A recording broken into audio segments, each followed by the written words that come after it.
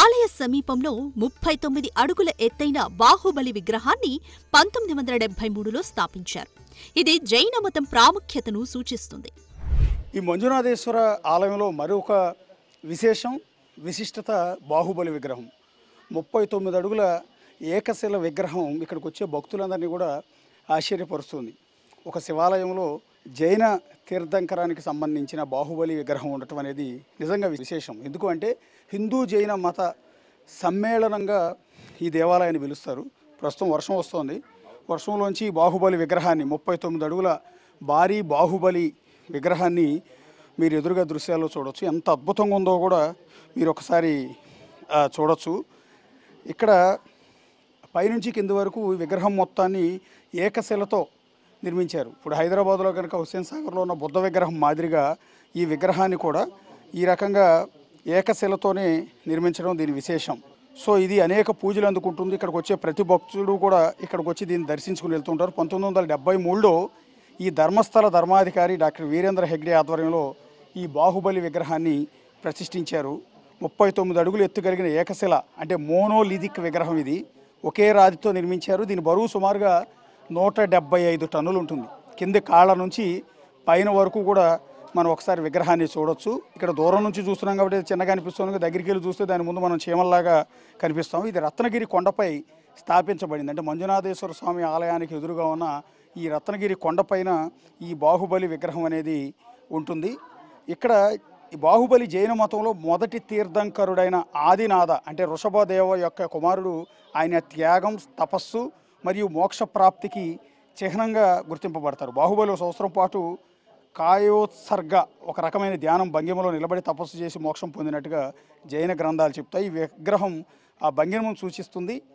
So ఇందులో ఆయన నిలబడి చేతులు సహజంగా ఉంటాయి మరియు శరీరం చుట్టూ తీగలు అంటే వృక్షలతలు చిత్రింపబడి ఉంటాయి. ఒకసారి క్లోజ్గా మనం ఒకసారి చూస్తే ఆ విగ్రహం చుట్టూ అంటే చేతులకి కాళ్ళకి ఒక రకమైన తీగలు అంటే వృక్ష తీగలు ఏవైతే ఉంటాయో అవి అల్లుకున్నట్టుగా కనపడుతూ ఉంటాయి. ఈ ధర్మస్థలం హిందూ మరియు జైన సంప్రదాయాల సమ్మేళనం అని ఇంతకుముందు మాట్లాడుకున్నాం కదా. ఈ బాహుబలి విగ్రహం జైన సంప్రదాయాన్ని సూచిస్తూ మంజునాథేశ్వర అంటే శివుడి ఆలయంలో సమన్వయంగా ఉంటుంది.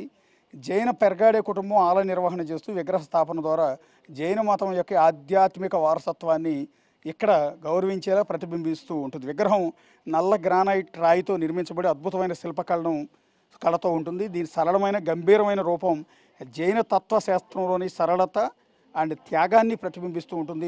విగ్రహం చుట్టూ ఉన్న తీగలు బాహుబలి యొక్క దీర్ఘ తపస్సును సూచిస్తాయి. అంటే ఎన్నో ఏళ్ల పాటు అలా నిలబడి తపస్సు చేయటం వల్ల ఆ తీగలు ఈ విధంగా అల్లుకుంటూ ఆయన శరీరం మొత్తం పాక్కుంటూ పైకి వెళ్ళే అన్నట్టుగా ఇది ఎస్టాబ్లిష్ చేస్తుంటారు. బాహుబలి విగ్రహాన్ని ప్రతి 12 సంవత్సరాలకు ఒకసారి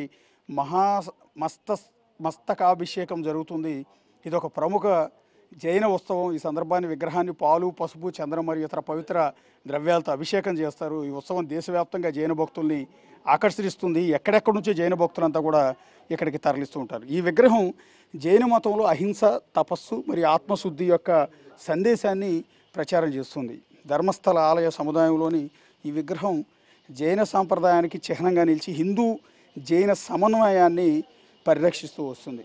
ఇక్కడికి అనేక మంది భక్తులు మంజునాథేశ్వర స్వామిని దర్శించుకోవటానికి వచ్చే భక్తులంతా ఎదురుగా ఉన్న ఈ రత్నగిరి కొండపై ఉన్న ఈ బాహుబలిని దర్శించుకోవడానికి కూడా తరలి వస్తూ ఉంటారు. ప్రస్తుతం వర్షం వస్తుంది కాబట్టి భక్తుల హడావిడి కాస్త తక్కువ కనపడుతుంది. కానీ మామూలుగా అయితే భక్తులతో ఇదంతా కూడా కిటకిటలాడుతూ ఉంటుంది. ఇక్కడ మన వెనక కూడా భక్తులందరూ బాహుబలిని చూడటానికి వచ్చిన భక్తులందరినీ మీరు చూడవచ్చు. ఎక్కడెక్కడి నుంచో తరలి వచ్చిన భక్తులంతా కూడా వీళ్ళు అటు శివయ్య దర్శనం చేసుకున్న తర్వాత ఈ జైన మతానికి సంబంధించిన ఈ బాహుబలి విగ్రహాన్ని కూడా దర్శించుకుని వెళ్తూ ఉంటారు. అటుపక్క మహిళా భక్తులు, చిన్న చిన్న పిల్లలు అందరిని కూడా మీరు ఎదురుగా దృశ్యాల్లో చూడొచ్చు.